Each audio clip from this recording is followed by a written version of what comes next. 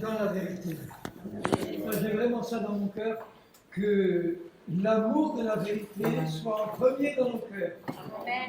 Que nous sachions écouter les enseignements de la parole et du Saint-Esprit qui veut nous conduire dans toute la vérité. Donc nous débarrasser de tous les mensonges que le malin ou les hommes ou les traditions humaines auraient pu placer dans nos cœurs et qui empêcheraient le Saint-Esprit de nous faire marcher dans la pleine liberté. Parce que là où est l'Esprit, là est la liberté. Non, pas n'importe quelle liberté, pas la liberté de la chair, mais celle qui permet à l'Esprit de Dieu de faire ce qu'il veut au milieu de nous. Donc nous parlons depuis vendredi soir de l'enlèvement de l'épouse de Christ, de la fin des temps, de ce qui va bientôt se passer, c'est-à-dire la venue du Seigneur dans les airs pour nous attirer et nous faire monter à lui.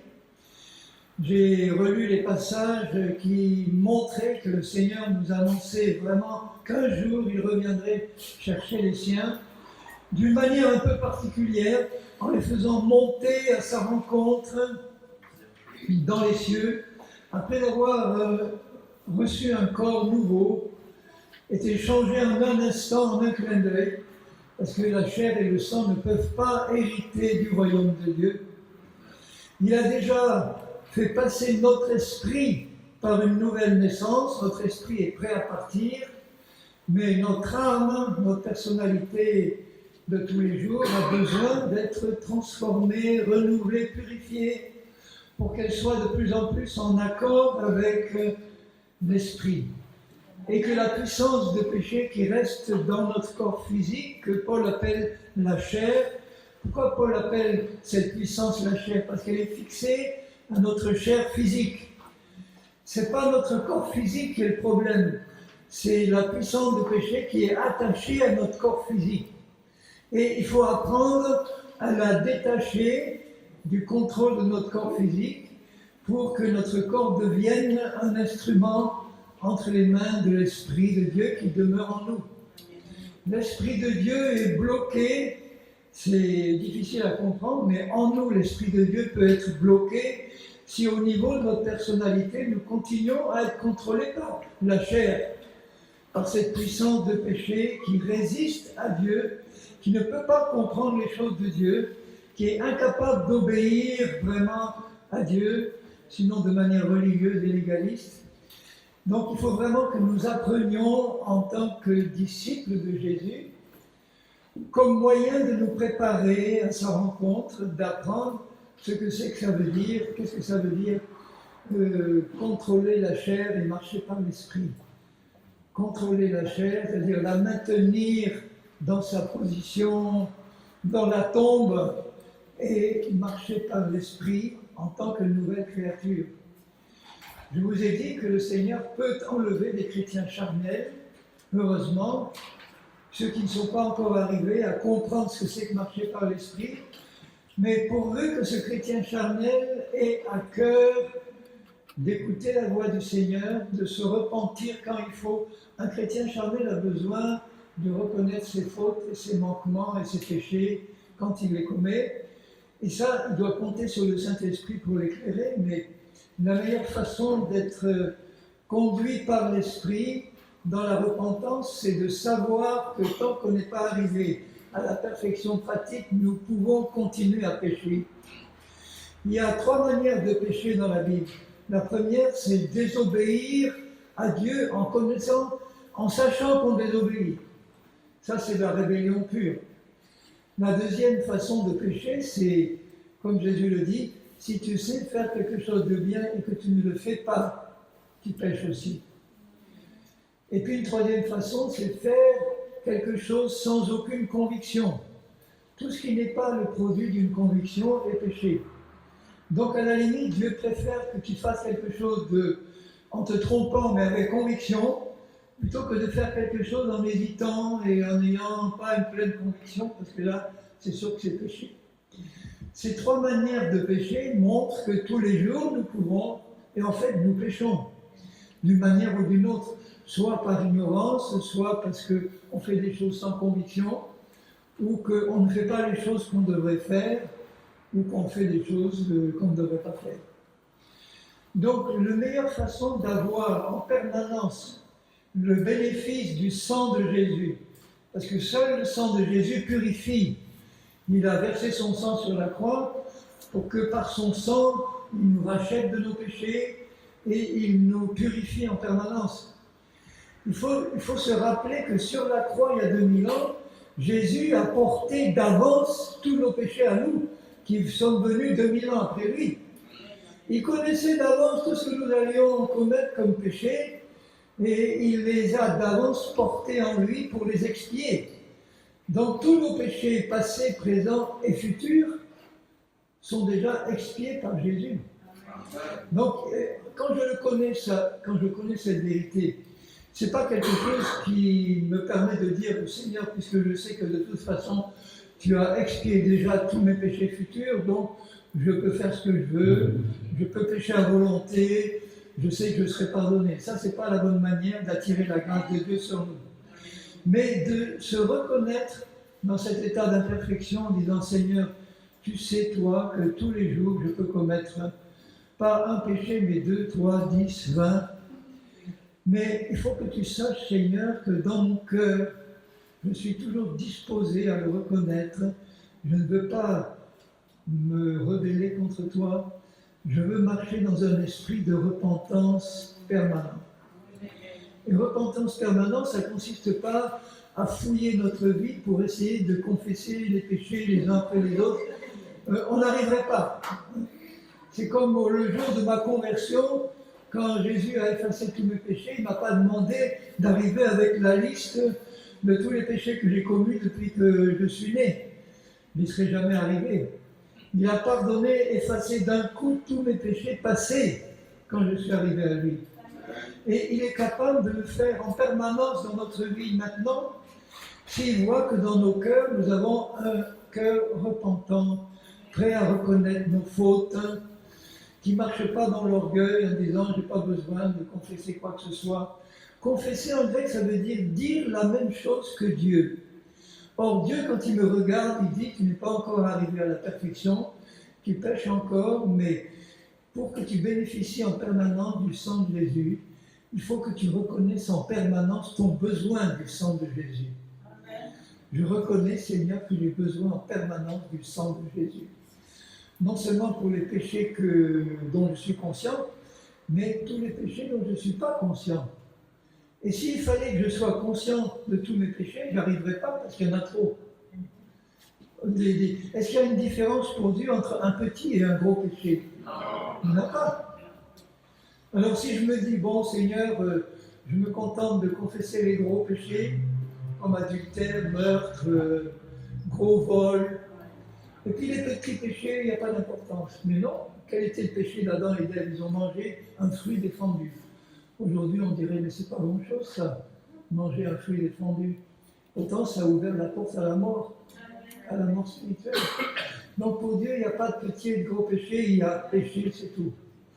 Mais s'il voit que dans mon cœur, je suis bien disposé à reconnaître en permanence qu'il m'arrive de pécher, même sans le savoir, le fait de le reconnaître devant Dieu me permet de bénéficier en permanence du sang de Jésus. Amen. Et je vous le prouve par exemple, si vous regardez avec moi la première épître de Jean, au premier chapitre,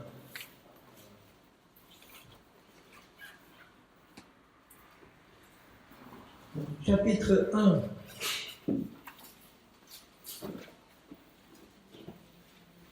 au verset 7, 1 Jean 1, 7, il dit « Mais si nous marchons dans la lumière, comme il est lui-même dans la lumière, nous sommes mutuellement en communion, parce qu'on est tous dans la lumière, et le sang de Jésus-Christ, son Fils, nous purifie de tout péché. » Ça veut dire quoi marcher dans la lumière? Ça veut dire ne pas se cacher devant Dieu, dire Seigneur, ma vie, mon cœur sont ouverts à ta lumière, je ne te cache rien, je ne veux rien te cacher, je suis devant toi comme un livre ouvert, Seigneur, je suis prêt à reconnaître tout ce que tu veux me montrer. Et marcher dans la lumière, c'est marcher dans l'amour aussi. Donc reconnaître que si je manque d'amour, parfois que le Seigneur me le montre, eh bien je marche dans la lumière parce que je le reconnais. Je ne me cache pas devant Dieu. Et il ajoute, si nous disons que nous n'avons pas de péché, alors que nous pouvons encore en avoir, nous nous séduisons nous-mêmes, la vérité n'est pas en nous. Mais si nous confessons nos péchés, ça ne veut pas dire qu'il faut, chaque fois que j'en commets un, ou que j'ai peut-être commis un péché, qu'il faut que chaque fois j'arrive devant Dieu en confessant toute ma liste de péchés. Ça veut dire, rappelez-vous, être d'accord avec Dieu. Confesser, c'est dire la même chose que Dieu. Donc je lui dis simplement, Seigneur, tu sais qu'il m'arrive de pécher. Tu sais qu'il m'arrive de faire des choses que je ne devrais pas faire. Je le confesse devant toi. Je le reconnais. Je le reconnais de manière générale. Et là, je compte sur ce que tu me dis là. Tu es fidèle et juste pour nous les pardonner et pour nous purifier de toute iniquité en permanence. Il existe dans le grec un temps verbal qui n'existe pas en français, qui s'appelle le présent permanent, qui est utilisé là au verset 7, quand il dit « Le sang de Jésus-Christ, son Fils, nous purifie, présent permanent », ça veut dire en permanence, au temps présent, nous purifie en permanence de tout péché. Quand on a cet état d'esprit-là, d'humilité devant Dieu, de reconnaître ce que nous sommes encore dans la pratique, c'est-à-dire qu'on n'a pas encore atteint cette perfection qu'il nous a donnée dans notre esprit, à ce moment-là, cette humilité permet au Saint-Esprit de faire son œuvre en nous, de nous purifier en permanence, mais pas seulement de nous purifier en permanence, mais de nous perfectionner en permanence, de nous sanctifier en permanence. Et la sanctification vient quand nous connaissons la vérité et que nous obéissons à la vérité, de cœur, par l'esprit. Si vous regardez, puisqu'on n'est pas loin de l'épître de Pierre, regardez dans la première épître de Pierre, au chapitre 1, première épître de Pierre, chapitre 1, verset 22. 1 Pierre 1, 22. Ayant purifié vos âmes. Vous voyez, il ne dit pas ayant purifié vos esprits. Mon esprit est pur, parce qu'il est recréé par Jésus. Mon âme, ma personnalité consciente de tous les jours, elle n'est pas encore entièrement purifiée, elle est en train de l'être. Et plus j'obéis à ce que Dieu me montre dans sa parole, de sa volonté, à ce moment-là, plus mon âme se purifie. Ayant purifié vos âmes en obéissant à la vérité par l'Esprit. C'est-à-dire que le Saint-Esprit me conduit de plus en plus à comprendre qu'il m'a recréé en tant que nouvelle créature, capable d'obéir à tous les commandements de Dieu. Le problème des Juifs, par exemple, qui étaient confrontés à la loi de Moïse, la loi, c'était une loi terrible, une loi qu'il était impossible d'observer dans tous ses détails, les 613 commandements de la loi, mais pas que les 10 premiers, il y avait 613 commandements et ils ne pouvaient pas obéir, impossible. Déjà pour la seule raison qu'ils n'étaient pas nés de nouveau. Ce n'est pas la loi qui faisait naître de nouveau les Juifs, c'est la repentance et la foi dans le Dieu d'Israël qui pouvait leur permettre de naître de nouveau, d'être déclarés justes comme Abraham ou David ou les saints de l'Ancienne Alliance. Ils avaient accès à la grâce de Dieu, au pardon de leurs péchés, pas par l'obéissance à la loi, puisque la loi n'a sauvé personne, mais par la grâce et la foi dans le Dieu d'Israël. Quand vous voyez David se repentir dans le psaume 41, il dit « Seigneur, je confesse mes péchés, efface mon iniquité ». Et il est dit que Dieu lui a pardonné ses iniquités parce qu'il s'est repenti et qu'il a invoqué la grâce de Dieu. Donc tous les saints de l'Ancienne Alliance pouvaient être pardonnés uniquement comme nous, en se repentant et en croyant dans la grâce du Dieu d'Israël. qui était acquise à cause de ce que Jésus allait accomplir plus tard pour eux. Pour nous, Jésus s'est accompli dans le passé. Pour eux, Jésus allait accomplir quelque chose dont Dieu les rendait bénéficiaires déjà avant. Ce qui fait que la croix est vraiment au centre de l'univers de Dieu. Tout ce qui était avant, tout ce qui était après dépend de ce qui s'est passé à la croix du Calvaire il y a 2000 ans. Eux vivaient à crédit. Acheter quelque chose à crédit, vous achetez quelque chose à crédit, ça veut dire que ça va être payé plus tard. Et nous savons que celui qui a payé les crédits qu'ils avaient, c'était Jésus, qui a payé plus tard. Nous, c'est payé d'avance. Mais le résultat est le même, hein. C'est que c'est payé par Jésus. Pour eux, c'était à crédit, pour nous, c'est payé d'avance. Mais l'essentiel, c'est qu'on comprenne que quelqu'un a payé pour nous. Et qu'on n'a pas besoin, nous, de payer ce que Christ a payé. Donc, obéir à la vérité par l'esprit, c'est pas obéir comme les Juifs qui s'efforçaient d'obéir par leur propre force, mais c'est réaliser que Dieu a fait de nous, par la nouvelle naissance, des hommes et des femmes qui, s'ils savent marcher par la foi dans l'action du Saint-Esprit en nous, sont capables d'obéir à tous les commandements de Dieu d'une manière naturelle, parce qu'il nous a recréés pour cela. C'est bon de savoir. Ne vous efforcez pas par vos propres forces d'obéir aux commandements de Dieu, vous n'y arriverez pas. Vous savez combien de commandements de Dieu il y a dans le Nouveau Testament? Dans l'Ancien Testament, 613 commandements de la loi. Dans le Nouveau Testament, je n'ai pas compté moi-même, mais quelqu'un a compté pour moi et me l'a dit, il y en a plus de 1200 commandements du Seigneur adressés aux chrétiens. Soyez toujours joyeux, pardonnez à vos ennemis, faites du bien à ceux qui vous maudissent, bénissez ceux qui vous maudissent.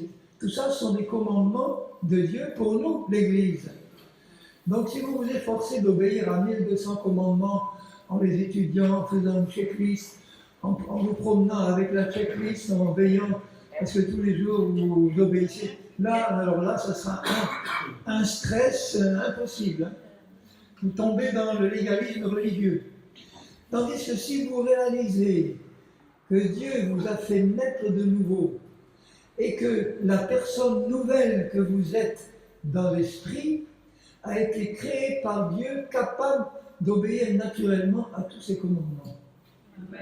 Ça, c'est autre chose. Hein? Il suffit de s'installer par la foi dans notre esprit régénéré, c'est-à-dire de croire que nous sommes cette personne-là, que Dieu dit que nous sommes, même si on ne la voit pas encore bien dans notre vie pratique, de croire que nous sommes cette personne-là, et en le croyant, il bien dit, si tu crois, tu verras la gloire de Dieu. Si tu crois que tu es dedans cette personne que Jésus dit que tu es, même si tu ne la vois pas encore, la personne que je suis dedans, vous savez où je la vois, moi? Dans la personne de Jésus. Parce que je suis recréé semblable à lui. Donc si tu veux savoir ce que tu es dans la nouvelle personne que tu es dedans dans ton esprit, regarde à Jésus, c'est lui le modèle. Il t'a recréé à son image, déjà. Et Jésus ne fait aucun effort pour obéir à la volonté de son Père, au sens qu'il ne se dit pas j'espère que je vais y arriver, je ne suis pas sûr d'y arriver. Non, il savait qu'en tant que fils de Dieu, il était par nature quelqu'un capable d'obéir à la volonté de son Père. On sait que ça a été dur à Gethsémani pour lui, parce qu'on ne peut pas nous comprendre ce que ça a représenté pour le Fils de Dieu de devenir dans son corps malédiction, péché pour nous, d'être condamné à notre place et surtout de savoir et peut-être de sentir que le péché du monde entre dans son corps pur. Tout était pur dans la personne de Jésus. Son esprit, son âme, son corps étaient parfaitement purs. Et voilà que sur la croix, il est dit dans 1 Pierre 2, 24, qu'il s'est chargé de nos péchés dans son corps, pas dans son esprit, pas dans son âme. il est resté l'agneau pur et sans tache dans son âme et dans son esprit. Si son esprit avait été contaminé par le péché, son esprit serait tombé dans la mort spirituelle. Et est-ce qu'il est possible que Dieu le Fils, que Dieu tombe dans la mort spirituelle? C'est impossible. Donc il n'a pas été séparé du Père de manière absolue, au sens où un pécheur peut l'être, mais en tant que Fils de Dieu incarné dans un corps de chair, dans son âme, il est possible qu'au moment où le péché du monde est entré dans son corps, il n'ait plus ressenti dans son âme la communion qu'il avait dans son âme avec son Père. Et que là, ça a été dur pour lui, et il a dû marcher par la foi, puisqu'il est écrit dans 2 Corinthiens 5 que Dieu le Père était en Christ sur la croix, réconciliant le monde avec lui-même. Donc Dieu le Père était présent en Christ, mais peut-être que Christ ne ressentait plus. Il était obligé de marcher par la foi. De même qu'il savait qu'il devait passer par la croix et 3 jours dans la tombe, son corps, pour arriver à la résurrection. Il savait qu'il allait ressusciter, mais il savait qu'il devait passer par l'horrible supplice de la croix. Et le plus dur pour lui, c'est de savoir et de ressentir que son corps parfaitement pur, immortel, commençait à recevoir le péché du monde là, dans ces 3 heures de ténèbres entre midi et 3 heures de l'après-midi sur la croix, où là, le Seigneur a ressenti le péché du monde entrer dans son corps qui à ce moment-là est devenu mortel. Et c'est pour ça qu'il est mort. Donc la mort physique de Jésus a suffi de nous racheter de la mort spirituelle qui était la nôtre. Puisque c'était notre péché qui a causé la mort spirituelle, et notre péché, il l'a expié dans son corps. C'est pour ça qu'il a dû prendre un corps de chair, semblable au nôtre, mais sans péché au départ. Nous avons hérité d'un corps de chair dans lequel le péché était dedans. Un bébé qui est conçu dans le sein maternel, c'est Dieu qui crée son esprit, mais l'enveloppe du corps physique, c'est ses parents qui le transmettent. Et dans cette enveloppe de corps physique, il y a le péché qui est transmis au bébé. Mais son esprit est créé par Dieu pur. Dieu ne va pas créer l'esprit d'un bébé impur, pécheur. Tout ce qu'il crée est parfait. Ça veut dire qu'un bébé qui meurt dans le sein maternel, les bébés avortés, ou les petits-enfants qui meurent à quelques mois ou avant d'être conscients, qui peuvent pécher, ceux-là, leur esprit va directement au paradis. Il n'est pas encore tombé dans la mort spirituelle. Quand est-ce qu'il va tomber dans la mort spirituelle, l'esprit de ce petit enfant? Quand il va grandir au point de pécher consciemment. Et là, la mort entre, il a besoin de passer par une nouvelle naissance. Vous aviez compris ça? Alors vous pourriez me dire, mais tu parles bien, mais montre-nous dans la parole où c'est écrit. Alors regardez avec moi.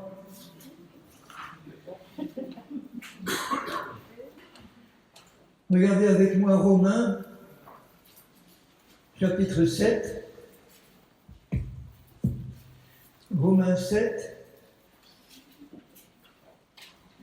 Verset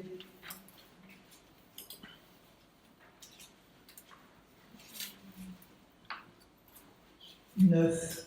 Romains 7, 9. Pour moi, étant autrefois sans la loi, quand est-ce que Paul a été sans la loi? Quand il était petit bébé. Il n'a pas encore été confronté à la loi qu'on lui a apprise plus tard. Étant sans loi, je vivais. De quelle vie il parle là? De la vie éternelle, puisqu'il vivait en tant que bébé, en tant qu'être humain. Il ne parle pas de la vie physique normale. Il parle de la vie de Dieu. Je vivais. Mais quand le commandement vint, quand ce petit enfant a été capable d'écouter, d'entendre et de comprendre les commandements de Dieu, de la loi, qu'est-ce qui s'est passé? Le péché qui était dans son corps, là, hérité de ses parents, reprit vie, et moi, je mourus. Or, il était physiquement vivant. Donc, il est mort de quelle mort? De la mort spirituelle. Voilà. et moi je mourrai. Ainsi le commandement qui normalement conduit à la vie quand on obéit, mais incapable d'obéir au commandement à cause du péché qui est dans la chair, à ce moment-là, ce commandement-là se trouva pour moi conduire à la mort, parce qu'il a désobéi. Et tous les hommes désobéissent. Aucun homme ne peut garder la vie qu'il reçoit au départ. Aucun. À cause de ce corps de péché qui est reçu de nos parents. Car le péché, saisissant l'occasion, me séduisit par le commandement et par lui me fit mourir spirituellement. La loi donc est sainte et le commandement est saint, juste et bon. Ce qui est bon a-t-il été pour moi une cause de mort? Loin de là. Mais c'est le péché qui était dans son corps physique qui l'a conduit à la mort, afin qu'il se manifeste comme péché en me donnant la mort spirituelle par ce qui est bon au commandement de Dieu, et que par le commandement, il devint condamnable au plus haut point, ce péché-là. Donc vous voyez que nous avons tous, sans exception, besoin de passer par une nouvelle naissance spirituelle. Et cette nouvelle naissance nous est donnée quand nous nous repentons et que nous acceptons le Fils de Dieu comme notre Sauveur et notre Seigneur. Il fait passer notre esprit par une nouvelle naissance, nous devenons semblables à lui dans l'esprit, mais notre âme et notre corps, dans laquelle il y a encore cette loi de péché, doivent passer par une purification permanente.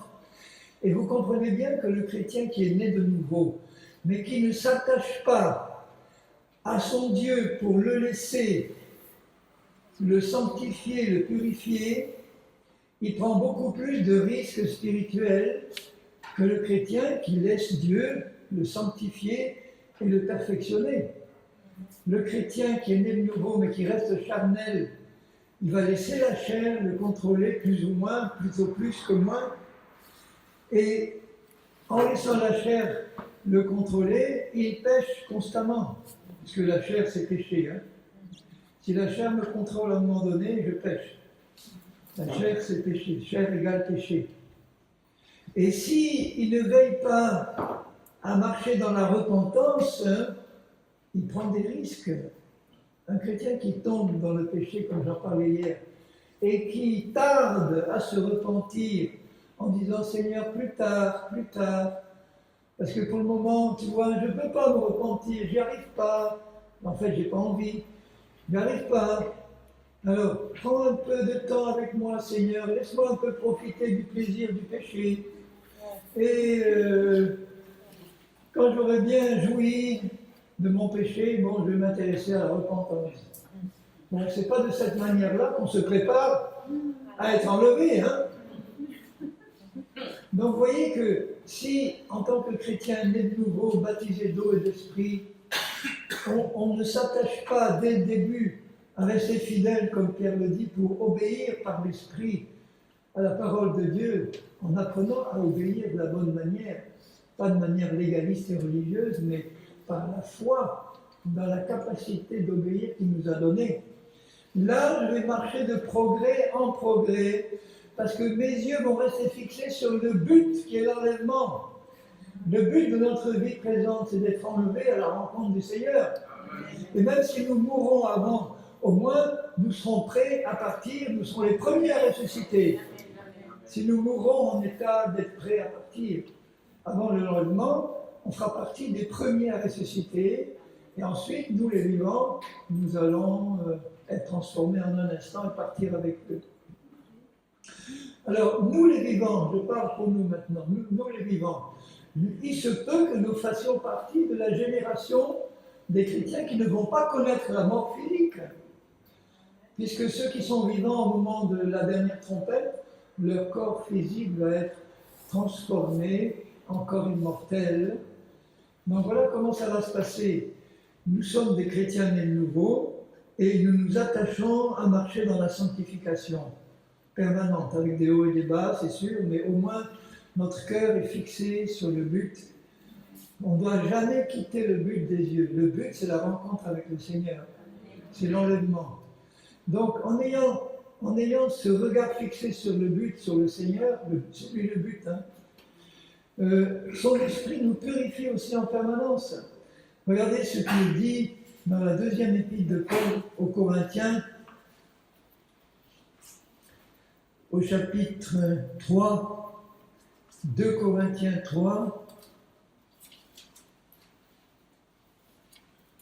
versets 17 et 18. Le Seigneur, c'est l'Esprit. Là où est l'Esprit du Seigneur, là est la liberté. Nous tous qui, le visage découvert, ça veut dire que le voile qui nous empêchait de voir la vérité a été ôté. C'est en Christ que le voile est ôté. Nous tous, le visage découvert, qui contemplons comme dans un miroir, c'est-à-dire qu'à l'époque, les miroirs, ce n'étaient pas les miroirs d'aujourd'hui, on se voyait encore de manière un peu floue. Donc même si on voit encore la gloire du Seigneur d'une manière un peu floue, comme dans un miroir, nous sommes transformés. Transformés dans le sens où nous sommes édifiés, purifiés, sanctifiés. Nous sommes transformés dans la même image. Quelle image? Celle de Christ. Nous sommes régulièrement transformés, pratiquement cette fois, à l'image de Christ, de gloire en gloire, comme par le Seigneur l'Esprit, puisque nous contemplons le visage découvert, la gloire de Dieu, même si encore elle est encore un peu floue. Ça veut dire que nous devons constamment garder les yeux fixés sur le but, Jésus, sur la rencontre avec Jésus, de savoir que Jésus vient enlever une épouse sans ride, ni tache, ni rien de semblable, que c'est lui qui le fera en nous, qui le croyons, qui va faire ça en nous. Et quand on garde cette assurance dans notre cœur, nous passons de progrès en progrès, de sanctification en sanctification, et nous serons prêts lorsque la trompette va sonner. Alors que ceux qui n'ont pas le but fixé, les yeux fixés sur ce but-là, ils peuvent se trouver dans une situation où, au moment où la trompette va sonner, ils seront dans le péché et ils n'auront pas eu le temps de se préparer et ils ne partiront pas. Donc, vous voyez, au moment de, si vous regardez un peu plus loin au chapitre, toujours dans 2 Corinthiens, maintenant au chapitre 4, 2 Corinthiens 4, versets 17 et 18. Non, versets 16, 17, 18. C'est pourquoi nous ne perdons pas courage. Lors même que notre homme extérieur se détruit ou se dégrade, même s'il peut le renouveler, le guérir et le rajeunir, notre homme extérieur, il reste mortel. Notre homme intérieur se renouvelle de jour en jour, car nos légères afflictions du moment présent, quand vous regardez la vie de Paul, combien de fois flagellé, une fois lapidé, dans les naufrages, dans les persécutions, les emprisonnements, il appelle ça des légères afflictions. Donc vous voyez, on peut se consoler. On n'a pas encore atteint, nous, son niveau d'affliction. C'est légère d'affliction. Mais qu'est-ce qui le consolait dans ces afflictions-là? Vous vous rappelez à Philippe, quand il a été flagellé avec son ami Silas, là, ils étaient flagellés, leur dos en sang, les pieds dans des settes de fer, au plus profond de la prison, et en plein minuit, ils chantaient les louanges de Dieu. Ils auraient pu être là en disant « Oh, pauvre de nous, moi qui suis appelé par Dieu à être apôtre, voilà, qu'est-ce que maintenant, vois Seigneur, où est-ce qu'on est, comment ça se fait, Seigneur, c'est pas possible, et comment on va sortir de là, et comment je vais accomplir ma mission ?» Non, ils chantaient les louanges de Dieu. Et la grâce de Dieu a fait un tremblement de terre, il les a libérés, le geôlier s'est converti avec sa famille, et après les magistrats, il leur a dit, venez vous libérer vous-même. Donc, ils restaient dans la joie de leur communion avec Dieu. Ils n'ont pas commencé à critiquer Dieu indirectement en disant, Seigneur, pourquoi tu n'as rien fait? Pourquoi tu n'as rien fait quand même? Tu aurais pu intervenir. Non. Nos légères afflictions produisent pour nous, au-delà de toute mesure, un poids éternel de gloire. Vous vous rendez compte que nos afflictions actuelles qu'on traverse, je ne parle pas des maladies, des infirmités, parce que ce sont des choses qui nous sont envoyées par Satan. Je parle des persécutions que nous devons subir en tant que chrétiens, parce que celui qui contrôle le monde, c'est Satan. Il va nous persécuter. Dans les afflictions de Paul, il ne parle pas de maladie et d'infirmité. Il parle d'emprisonnement, de flagellation, de lapidation, etc., de persécution. Et il y a deux manières de les traverser. Une en murmurant et en rouspétant contre Dieu ou les hommes. Deux, en ayant confiance dans la grâce de Dieu qui nous rend vainqueurs et qui nous fait traverser tout ça en vainqueurs. En ayant cette attitude-là, ces afflictions produisent pour nous un poids éternel de gloire à une condition. Parce que nous regardons non pas aux choses visibles et sensibles, mais nous regardons aux choses qui sont invisibles. Qu'est-ce qui est invisible pour nous? La parole de Dieu, les promesses du Seigneur, la présence même de Dieu, elle est invisible. Mais nous gardons les yeux fixés sur ces choses invisibles qui nous sont révélées par la parole de Dieu. Et ça nous permet de tenir bon. Parce que je regarde à Jésus, je regarde à son appel, je regarde à sa promesse, je regarde à ce qui m'attend. Et ça me permet de traverser toutes les épreuves en vainqueur. Alléluia. Je ne les recherche pas, les persécutions, mais elles viennent toutes seules. Et plus le temps passe, et plus les chrétiens fidèles seront persécutés. Pas les chrétiens charnels, beaucoup moins eux, parce qu'eux, ils n'auront pas de problème, mais les persécutions viennent de plus en plus sur les chrétiens fidèles, parce que les temps de la fin sont des temps difficiles. Relisez ce que Paul dit à Timothée dans ses deux épîtres. Il dit, la fin des temps, c'est une période difficile. La foi des plus grands nombres diminue. L'amour diminue. Même dans l'église visible du Seigneur, la foi diminue. La foi dans la vérité, j'entends. Ça diminue. Ce qui augmente, c'est la séduction. Les fausses doctrines. Il le dit à la fin des temps, dans la deuxième à Timothée. Regardez ce qu'il lui dit. 2 Timothée. Oui, je veux dire d'abord 1 Timothée, il en parle aussi dans Timothée au verset 4. 1 Timothée 4, 1. Chapitre 4, verset 1. L'Esprit dit expressément, de manière certaine, que dans les derniers temps, et on y est, là, dans les derniers temps, quelques-uns, il est gentil, disons quelques-uns, c'est la plupart en fait, quelques-uns abandonneront la foi pour s'attacher à des esprits séducteurs et à des doctrines de démons, par l'hypocrisie de faux docteurs qui vont leur enseigner ces doctrines de démons.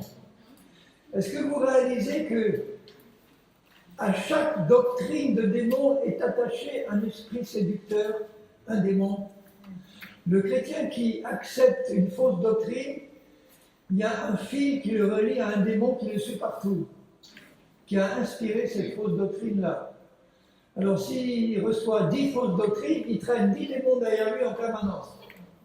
C'est pas ça qui va lui faciliter sa marche chrétienne. Et c'est pas en les délivrant au nom de Jésus, c'est en leur enseignant la vérité. Si je reçois une vérité, la fausse doctrine correspondante disparaît et le démon qui la tenait, il s'en va aussi avec. C'est pour ça que la vérité libère.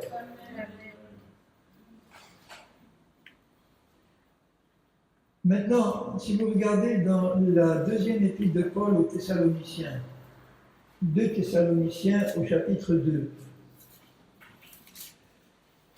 il nous parle encore de l'enlèvement de l'épouse et il dit ceci: pour ce qui concerne l'avènement de notre Seigneur Jésus-Christ et notre réunion avec lui, c'est bien l'enlèvement dont il parle là. Nous vous prions, frères, de ne pas vous laisser facilement ébranler dans votre bon sens, de ne pas vous laisser troubler. Par quoi? Soit par quelque inspiration, soit par quelques paroles, ou par quelques lettres qu'on dirait venir de nous, comme si le jour de Christ était déjà là. Parce que certains disaient que l'enlèvement s'était déjà produit, et troubler la foi des autres qui restaient en disant ben nous alors on est laissés derrière. Non, que personne ne vous séduise. Quand les disciples, devant le temple de Jérusalem, disent au Seigneur, vous vous rappelez dans les évangiles, regarde ces belles pierres, Jésus leur dit, il ne restera pas pierre sur pierre. Et ils répondent, les disciples, mais alors Seigneur, dis-nous quel sera le signe de ton avènement. Et Jésus dit que personne ne vous séduise. Le signe numéro 1 de la fin des temps, c'est un esprit de séduction spirituelle très puissant qui essaye d'entraîner un maximum de chrétiens dans les doctrines de démons. Et le diable, il s'y entend très bien pour imiter la parole de Dieu en y mettant un petit poison là, mortel. Vous pouvez prendre un bon plat de bonne cuisine guadeloupéenne, vous mettez dedans 1 milligramme de poison mortel, et bien vous mourrez. Même si le plat est excellent, c'est le poison mortel qui est dedans qui compte. Donc le diable a des équipes entières de démons qui sont chargés en permanence de concevoir des doctrines fausses en les habillant au maximum d'une apparence de vérité biblique. Si c'était tellement grossier, personne ne serait séduit. Mais il faut que ça soit suffisamment attirant pour que les gens qui ne connaissent pas eux-mêmes la parole soient séduits. Mais malheureusement, dans la plupart des églises chrétiennes, j'espère, frères et sœurs, par la foi que ce n'est pas votre cas, la plupart des chrétiens sont passifs et écoutent sans discuter ce qui leur est enseigné. Ils ne lisent pas eux-mêmes leur Bible, ils n'étudient pas leur Bible, ils écoutent le pasteur loin de Dieu, L''OIN, T, qui leur donne le message sans vérifier. Je ne dis pas ça pour votre pasteur, hein. Mais quel que soit le pasteur, même moi qui vous enseigne là, je prends soin de prendre la parole, mais chacun de vous devez écouter vous-même la voix du Saint-Esprit et étudier vous-même la parole.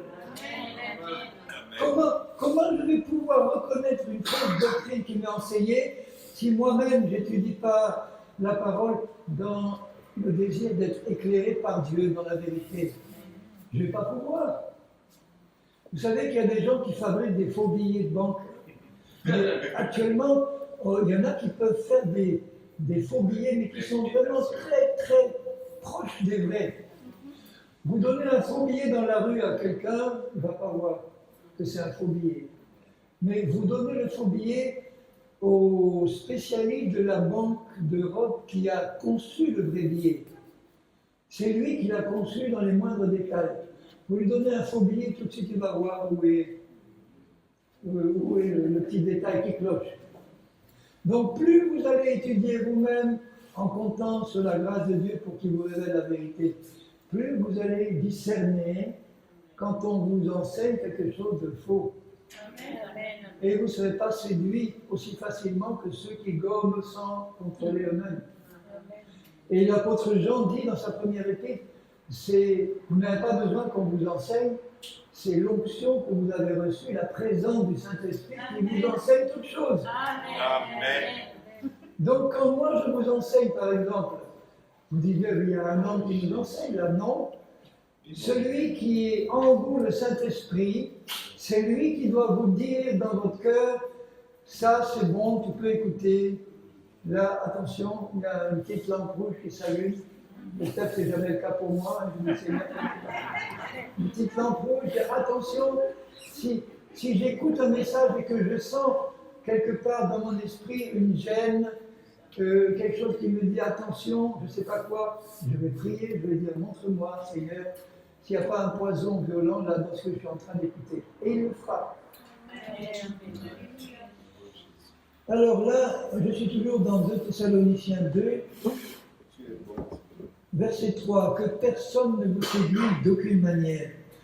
Et ensuite, il donne là ce que je crois être les 2 derniers signes qui précèdent l'enlèvement de l'épouse. Les signes de la fin des temps, il y en a plus de 40 dans l'Ancien et le Nouveau Testament. Une fois, j'ai fait une étude détaillée là-dessus, mais je ne vais pas la refaire parce que ce n'est pas forcément édifiant de savoir d'entrer dans tous les détails. Mais quand j'ai fait cette étude, il y en a 43 ou 44 signes qui concernent la fin des temps, qui montrent qu'on est à la fin des temps, donc on est près de l'enlèvement, plus de 40. Et j'ai réalisé qu'ils étaient tous réalisés ou en train de se réaliser maintenant même. Et que ces deux-là sont les deux derniers dont Paul parle, qui sont en train de se réaliser maintenant. Quels sont ces deux signes? Eh bien, il dit au verset 3, car il faut que l'apostasie soit arrivée auparavant, avant l'enlèvement. On y est en plein dans l'apostasie aujourd'hui. Apostasie, ça veut dire que l'Église dans son ensemble, l'Église visible, ne suit plus la vérité, mais suit des doctrines de démons ou des traditions d'hommes.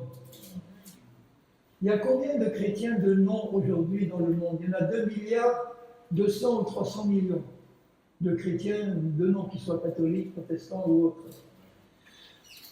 Quel est le nombre de ceux qui sont nés de nouveau là-dedans? Dieu seul le sait. Mais ce n'est pas 2 milliards 300 millions. Hein. Et parmi les nés de nouveau, quels sont ceux qui sont séduits ou pas par des fausses doctrines? Là encore, ça réduit le nombre. Hein. Dieu seul connaît. Moi, je dis à Dieu, Seigneur, moi, je veux faire partie de ceux qui vont rester fidèles jusqu'au bout. Amen. Qui ne vont pas être séduits. Par ta grâce, Seigneur. Parce que tu veux la donner à tout le monde, ta grâce. Mais il faut savoir la recevoir par la foi. Vous savez que nous sommes sauvés par grâce, mais Paul ajoute par le moyen de la foi. La grâce, est venue par Jésus-Christ. La grâce et la vérité sont venues par Jésus. Pourquoi? Parce qu'on ne pouvait pas sauter assez haut pour attraper notre salut en haut dans le ciel. Il fallait qu'il descende à notre portée, le salut, en la personne de Jésus. Donc la grâce est arrivée là, à notre portée. Et la foi que Dieu nous a donnée, c'est le fait de saisir la grâce qui est à notre portée maintenant. Les deux sont nécessaires. Pas seulement la grâce, ou pas seulement la foi, mais la grâce et la foi. La foi, c'est un don de Dieu. La foi, c'est la capacité de croire à quelque chose. J'ai le sentiment que le week-end prochain, je vais parler de ça. Il y a le Saint-Esprit qui me dit, enseignez sur la foi. Parce que souvent, la foi, on a l'impression que c'est quelque chose d'un peu compliqué, on ne sait pas trop. On avait l'impression d'avoir la foi et en fait on l'a pas, ou alors on n'avait pas l'impression d'avoir et on l'a. C'est un peu mystique parfois, on ne sait pas pourquoi certains réussissent, d'autres pas. Vous n'avez pas l'impression que la foi, ça peut avoir un aspect un peu compliqué, notamment quand il s'agit de guérison par exemple, ou de recevoir les cadeaux que Dieu nous donne. Bon, enfin, je vais prier puis on verra. Donc, le dernier signe le plus fort, c'est l'apostasie. La plupart des églises aujourd'hui sont dans l'apostasie sur beaucoup de doctrines. Parce qu'on a rajouté des traditions, on a rajouté des choses qui ne sont absolument pas dans la parole de Dieu, mais qui sont présentées de manière biblique, entre guillemets, pour pouvoir séduire au maximum. Et comme la plupart des chrétiens de nom, ils ne sont pas trop intéressés à marcher par l'esprit, parce que marcher par l'esprit, c'est marcher dans une vie crucifiée. Marcher dans une vie crucifiée, c'est pas très attirant. Hein. Je suis allé dans un pays d'Amérique du Sud, je ne dirais pas lequel, bon, pour enseigner. J'ai été en contact avec toutes sortes de pasteurs, de grandes églises, de petites. Et un pasteur d'une grande église m'a dit, tu viens prêcher sur quoi? Je dis, moi, je viens prêcher sur la marche par l'esprit, la vie crucifiée. Écoute, mon frère, c'est bien gentil, mais nous sommes des jeunes chrétiens. On n'est pas encore capable de comprendre ces choses profondes-là. Nous, ce qu'il nous faut, c'est des miracles, des guérisons. Nous, ce qu'il nous faut, c'est des manifestations de puissance de l'esprit. Nous, ce qu'il nous faut, c'est d'attirer les foules. Je dis, moi, c'est pas ça qui m'intéresse. Alors, si tu veux pas entendre prêcher sur la vie crucifiée, eh bien, tant pis, tu rates une bonne occasion, mais c'est pas ça qui intéresse le plus Dieu. Bon, il est intéressé par guérir, par faire du bien, par délivrer, etc. Oui. Mais ce qui compte pour Jésus, vous voyez Jésus donner des bénédictions à tout le monde, à tous ceux qui venaient vers lui, à guérir tous les malades, à ressusciter les morts, à chasser les démons. Mais pour lui, ce qui comptait dans son cœur, c'était qu'on réfléchisse à ces signes-là qu'il donnait, et puis qu'on en tire la conclusion que ce qui compte pour lui, c'est d'avoir un cœur tout entier pour le suivre dans l'obéissance. Si tu veux être mon disciple, renonce à toi-même, charge-toi de ta croix tous les jours. C'est quoi ta croix? Moi, je pensais que ma croix, c'était, enfin pour un chrétien, c'était peut-être son épouse impossible, son mari persécuteur, son patron qui le faisait voir, ses frères et sœurs qui le persécutaient. C'est pas ça ta croix. La croix, c'est un instrument de mise à mort de tout ce qui doit être mis à mort dans ta vie personnelle. Donc me charger de ma croix, ça veut dire me mettre devant Dieu en disant Seigneur, tu vois que dans ma vie, il y a des choses qui doivent passer par la mort et la résurrection. Donc je me livre volontairement à l'action de ton esprit. J'accepte que tu mettes à mort en moi tout ce qui doit être mis à mort et qui est charnel. La chair, elle est subtile. Vous savez qu'il y a une manière charnelle de prier. Il y a des prières charnelles, égoïstes, qui ne sont pas faites selon la volonté de Dieu. Seigneur, envoie une crise cardiaque à mon voisin qui m'exaspère. Bon, je prends un exemple un peu exagéré. Ça, c'est des prières charnelles, mais il y en a d'autres qui sont plus subtiles. Seigneur, évite-moi cette épreuve-là. Ou bien, Seigneur, des prières égoïstes. Est-ce que vous savez qu'il y a une manière charnelle de louer le Seigneur? La chair, elle aime louer Dieu. La chair aime prier. Sinon, toutes les fausses religions, là, les musulmans qui prient, les hindous qui prient, etc., ils prient leur Dieu. Mais ils adorent leur Dieu et ils prient leur Dieu de tout leur cœur, mais de manière charnelle. La chair aime prier. La chair aime adorer. La chair aime louer. Donc, si je ne discerne pas que ma manière de prier, de louer ou d'adorer n'est pas en esprit et en vérité, je vais satisfaire l'ennemi plutôt que satisfaire Dieu. Ça demande donc de l'humilité pour dire révèle-moi ce qui doit être mis à mort et remplacé par quelque chose de spirituel. Car les adorateurs que Dieu recherche sont ceux qui l'adorent en esprit et en vérité. Mais Dieu est tellement bon, il voit nos cœurs. S'il voit un jeune chrétien charnel qui commence à louer le Seigneur d'une manière charnelle, presque comme s'il était dans une boîte de nuit, voilà. Le Seigneur, il voit son cœur et il accepte tel qu'il est. Parce qu'il sait qu'il ne peut pas faire autrement. Et il va dire, bon, en voyant son cœur, celui-là, je vais lui apprendre à louer, à me louer d'une manière qui va être vraiment spirituelle. On a un Dieu qui n'est pas légaliste et religieux. Il nous accepte tel qu'on est, pourvu qu'il voit qu'on est sincère dans notre cœur. Après, il va nous transformer. C'est pour ça que je ne dois pas juger mes frères qui sont charnels ou qui louent le Seigneur ou qui font des choses charnelles. Je ne me permets pas de les juger et de les condamner. Mais je prie pour eux, si je discerne quelque chose ne va pas, je dis Seigneur, tu vois, il y a là un cœur qui veut te louer, qui le fait encore d'une manière qui n'est pas vraiment spirituelle, mais tu vas le bénir parce que tu vois que dans son cœur il est sincère. Il veut faire les choses pour toi, il les fait mal, mais tu l'acceptes tel qu'il est. De même qu'une maman qui voit son petit de 3 ans qui veut faire quelque chose pour elle, maman viens, je vais te faire une recette, une bonne recette comme celle que je t'ai vu faire, puis il mélange tout, c'est horrible. Mais la maman, elle ne va pas juger et condamner son petit parce qu'elle voit qu'il veut faire quelque chose pour lui faire plaisir. Après, elle va lui apprendre à les faire de la bonne manière. Donc, ce premier signe-là, et ensuite, l'apostasie, et qu'on ait vu paraître l'homme du péché. Avant que l'Église actuelle, l'épouse de Christ, soit enlevée, elle verra paraître l'homme du péché, même s'il n'a pas encore pris le pouvoir. La seule chose qui empêche l'Antichrist de prendre le pouvoir sur le monde actuellement, c'est la présence de l'Église fidèle, remplie du Saint-Esprit. Il ne peut pas prendre le pouvoir sur le monde entier tant que l'Église fidèle est là. Et il ajoute, l'adversaire, verset 4, qui s'élève au-dessus de tout ce qu'on appelle Dieu et de ce qu'on adore, jusqu'à s'asseoir dans le temple de Dieu, se proclamant lui-même Dieu. Ne vous souvenez-vous pas que je vous disais ces choses lorsque j'étais encore chez vous?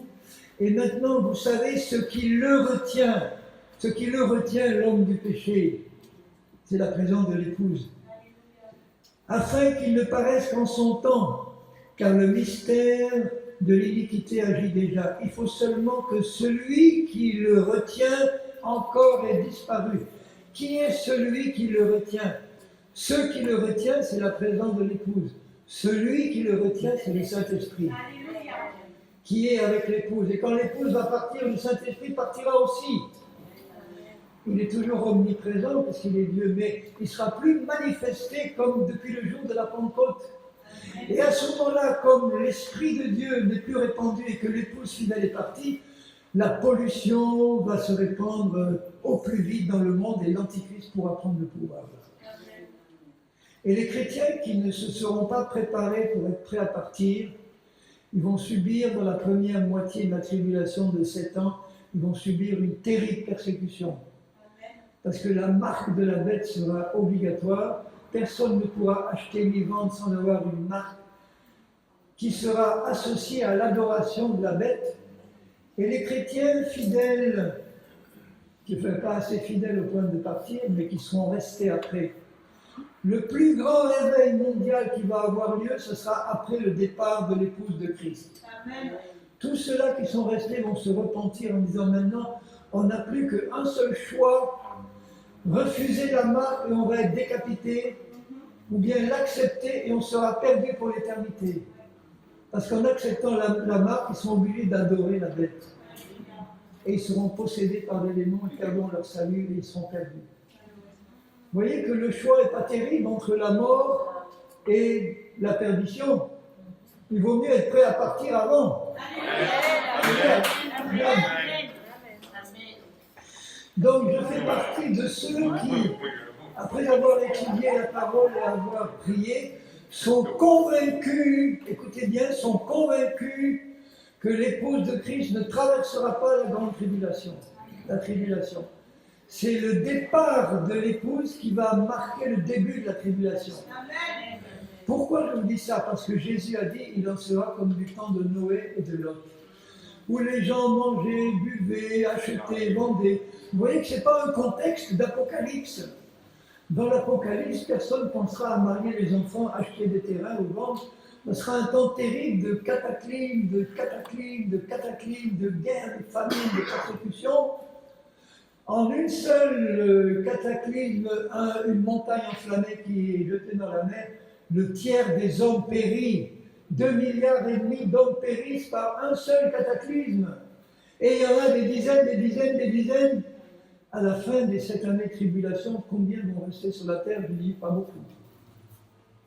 Donc si l'épouse fidèle devait traverser la tribulation, il n'y aurait pas cet élément de surprise, comme au temps de Noé où les gens se doutaient de rien et puis brusquement, boum, le déluge d'eau et de feu est venu sans qu'ils s'en doutent. Si l'Église fidèle devait traverser la tribulation, il n'y aurait pas d'élément de surprise, elle saurait qu'on est dans la tribulation. Et qu'à ce moment-là, c'est qu'une question de jours ou de mois, elle aurait le temps de se préparer. Là, non. Il faut qu'il y ait cet élément de surprise. Donc, d'être prêt à tout moment, à partir. Et je vais finir par le passage de l'Apocalypse qui en parle. L'Apocalypse est un livre merveilleux, c'est le livre de la fin des temps. Il est divisé comme ceci. Il y a 22 chapitres. Les 4 premiers chapitres, non, les 3 premiers chapitres, pardon, c'est les derniers avertissements de Christ aux églises. Les 7 églises qui représentent les églises de tous les lieux et de tous les temps. 3 premiers chapitres. Ensuite, les 3 derniers chapitres, 20, 21, 22, concernent le millénium, chapitre 20, et l'éternité, chapitre 21 et 22. Donc, vous voyez, entre ces 3 premiers et 3 derniers chapitres, il y a tout le temps de la tribulation. Et pourquoi ça me fait penser que ça sera ainsi? Parce que, après avoir averti les 7 églises dans les 3 premiers chapitres, on n'entend plus parler de l'église dans toute l'Apocalypse. Le seul moment où on entend parler de l'église, c'est au chapitre 19, à la fin du chapitre 19, quand Jésus revient avec son épouse vêtue de vêtements blancs sur des chevaux blancs. Alléluia. Pour régner sur la terre du millénium. Entre-temps, on n'en parle plus de l'Église, parce que ce n'est pas le temps de l'Église, le temps de la tribulation. Donc, ce qui nous intéresse, nous, c'est les 3 premiers chapitres. Pourquoi Jésus avertit ces églises-là pour qu'elles soient prêtes? Au début du chapitre 4, on voit, si vous lisez le début du chapitre 4, je regardais, voici une porte était ouverte dans le ciel. La première voix que j'avais entendue comme le son d'une trompette de l'enlèvement, et qui me parlait, dit « Monte ici !» C'est exactement ce qui va se passer à l'enlèvement. On va entendre une trompette et une voix qui nous dit « Monte ici !» Donc la montée de l'apôtre Jean en esprit dans le ciel représente la montée de l'épouse quand le Seigneur va lui dire maintenant « Monte ici !» et je te ferai voir, etc. Et ensuite, au chapitre 19, on voit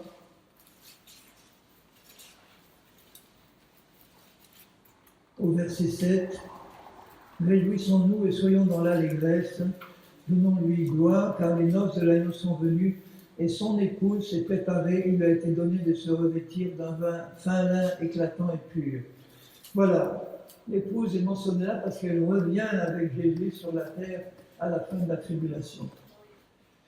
Maintenant, qu'est-ce qui nous intéresse à nous? Si j'avais le temps, l'Apocalypse serait merveilleux.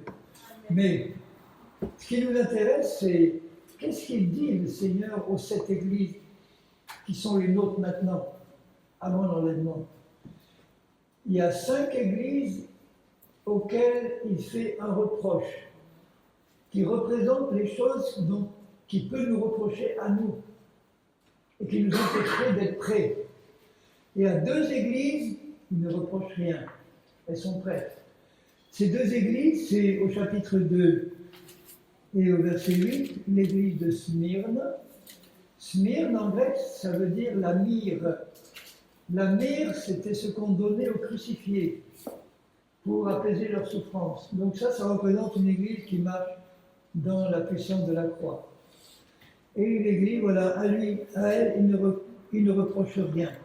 Mais il lui dit qu'il va souffrir pour peu de temps, etc. Bon. Vous aurez une tribulation de 10 jours, ça veut dire de peu de jours. Et la seule à laquelle ensuite il ne dit rien, c'est au chapitre 3 et au verset 7, l'église de Philadelphie, qui veut dire en grec l'amour des frères, l'amour fraternel. Et il dit à cette église-là, qui est l'église qui va être enlevée, les 2 églises fidèles là, il dit au verset 8, « Je connais tes œuvres, voici parce que tu as peu de puissance. » Nous avons peu de puissance personnelle, toute notre puissance est en Christ. Hein. « Et que tu as gardé ma parole, que tu n'as pas renié mon nom. J'ai mis devant toi une porte ouverte que personne ne peut fermer. Je te donne de ceux de la synagogue de Satan qui se disent chrétiens et qui ne le sont pas, non, qui se disent juifs et qui ne le sont pas, mais aussi ceux qui se disent chrétiens et qui ne le sont pas, et qui mentent.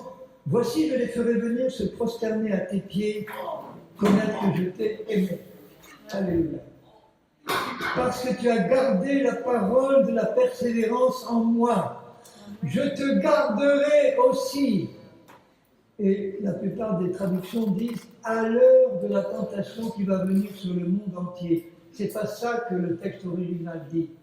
Le texte original dit je te garderai de l'heure de la tentation. C'est pas pareil. Je te garderai de l'heure de la grande épreuve qui vient sur le monde. Ça veut dire que tu ne la traverseras pas. Amen.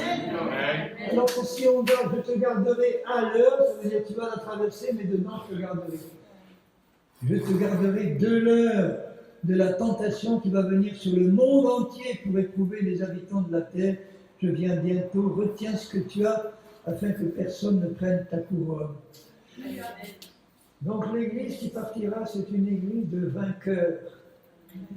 Ça veut dire quoi? C'est ceux qui s'appuient sur la victoire de Jésus et qui la font la leur.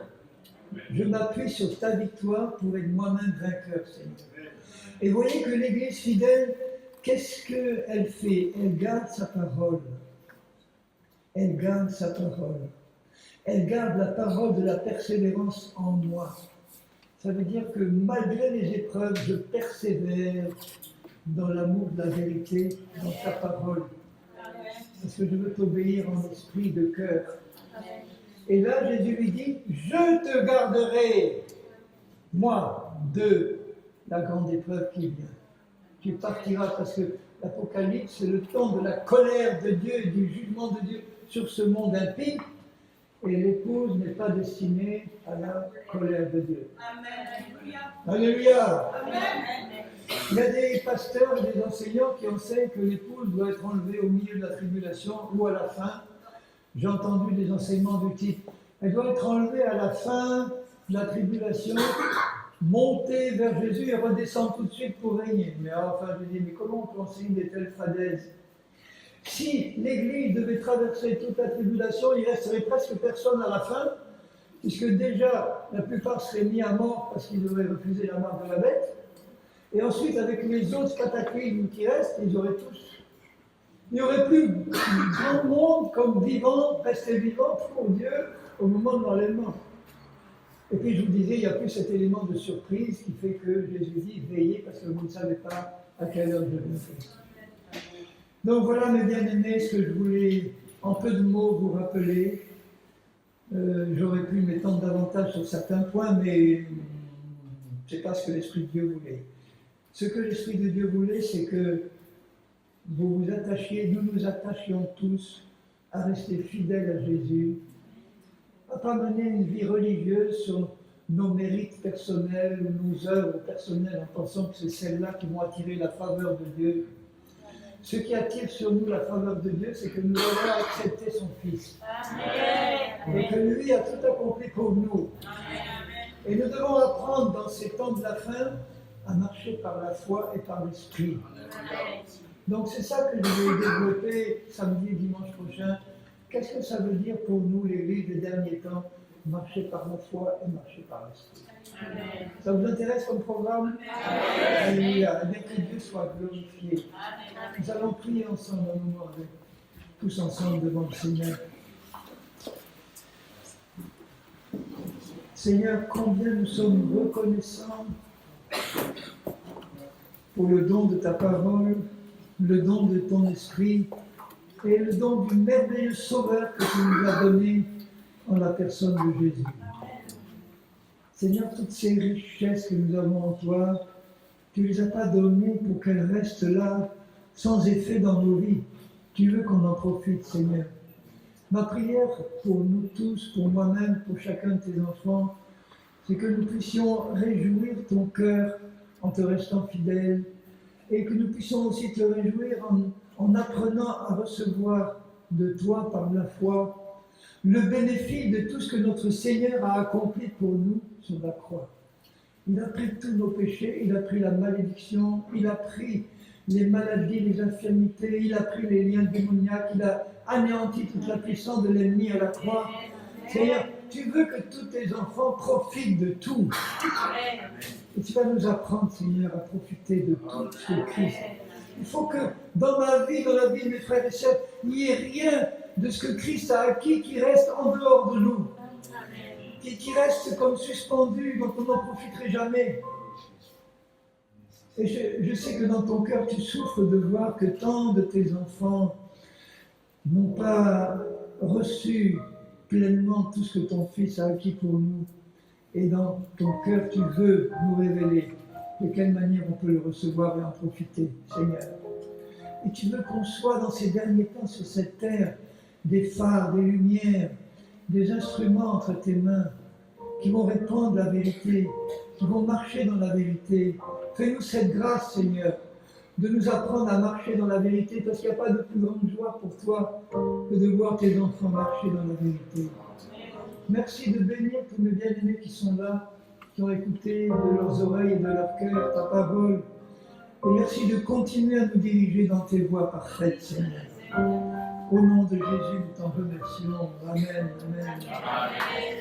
Alors, avant que nous partions, nous sommes encore avec mon frère, si tu veux bien nous accorder quelques minutes. Mais si certains d'entre vous avaient besoin de prier avec moi pour un sujet précis, que ce soit une guérison, que ce soit un problème que vous voudriez partager, je suis disponible là maintenant, donc on est libre de faire maintenant ce que vous voulez, mais si certains voulaient prier encore avec moi, je suis disponible pour le faire avec vous. Donc, ou on aura aussi l'occasion de le faire le week-end prochain, mais s'il y avait des besoins pressants là, n'hésitez pas à venir, je suis prêt à passer un moment avec vous. Voilà, merci mes bien-aimés.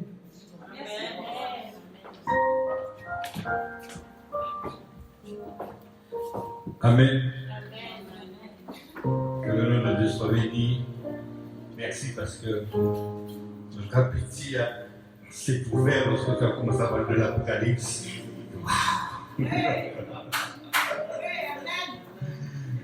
Mais je pense que c'est la volonté de Dieu. Un jour, tu reviendras afin de nous enseigner encore ce qui sur l'Apocalypse, comprendre réellement.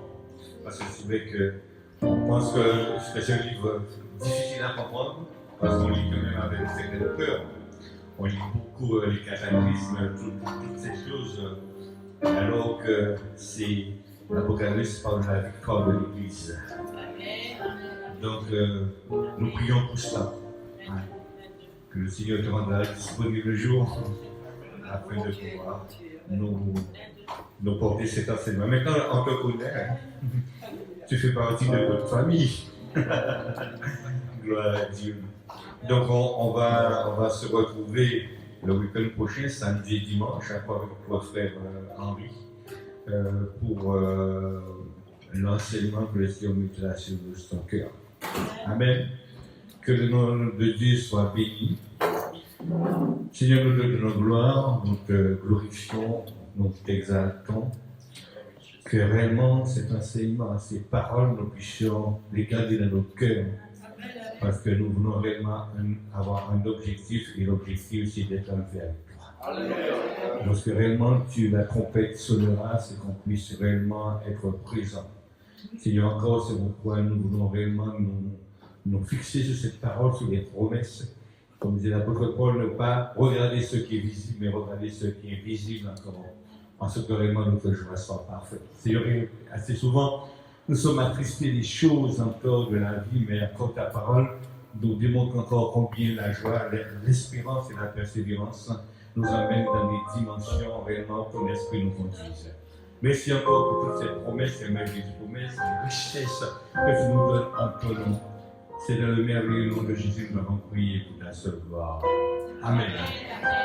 Que le nom de Dieu soit béni encore. Donc, sous la proposition du frère, hein, si vous êtes des personnes qui veulent qu'on puisse prier pour eux, ils sont là.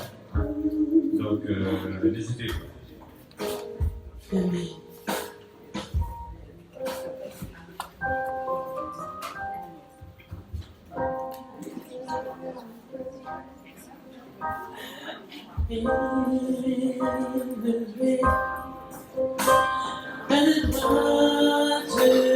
And